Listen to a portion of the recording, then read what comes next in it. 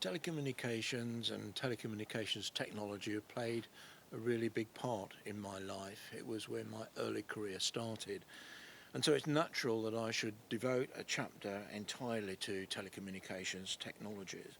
And the title that I've used for chapter 3 is Just Got to Get a Message to You, which is a reminder of the old Bee Gees song that I heard back in the 60s when I went to one of the very first pop festivals that was held at Woburn Abbey.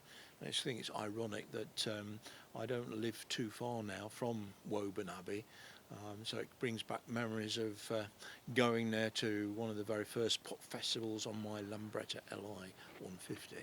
Anyway, back to telecommunications technologies, and I'm going to read an extract from my book, which is based on my very first experience of using the telephone network.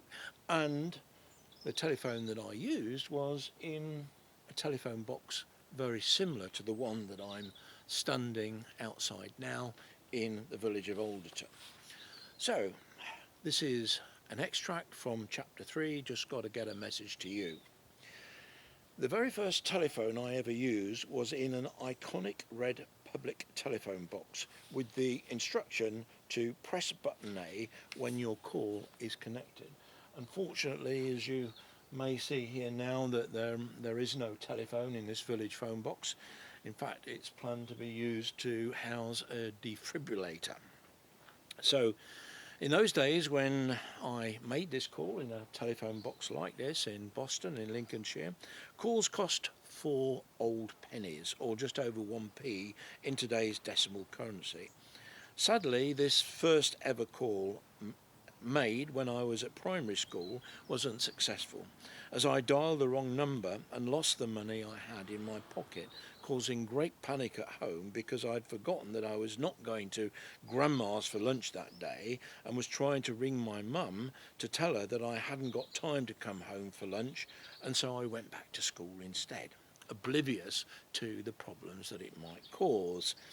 My frantic parents, expecting me for lunch, contacted the headmaster, who hauled me out of class to admonish me for causing such worry to my mum and dad.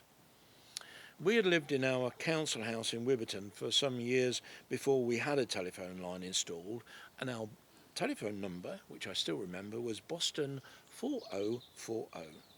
Perhaps it was the trauma I caused through that wrongly dialed number that helped me to remember that number to this day. I can barely remember either myself or my parents ever using our home phone, simply because very few of the people we knew had phones themselves. There was nobody to call up.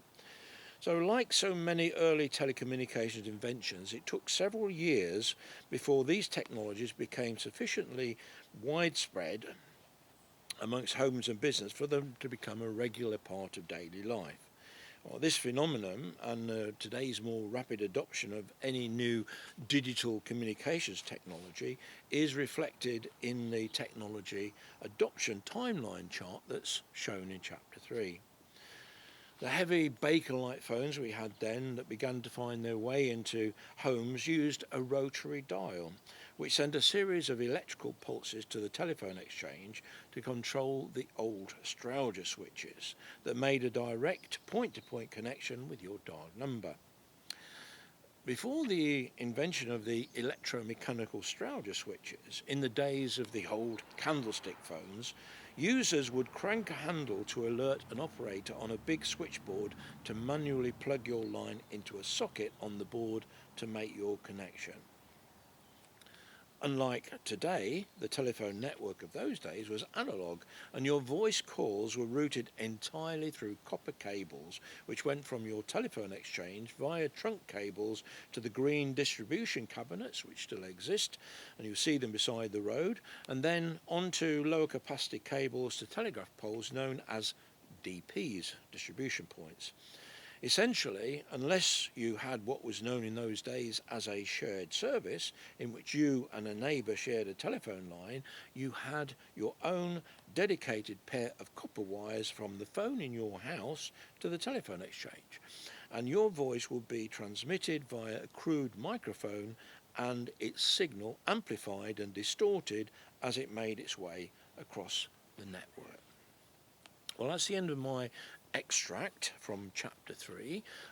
If you want to know more about the telecommunications technology and how they changed in my lifetime, you can always buy my book, Gadgets to God, and you'll find links to the website where you can find out more about the book and, in fact, order it. Thank you very much for listening.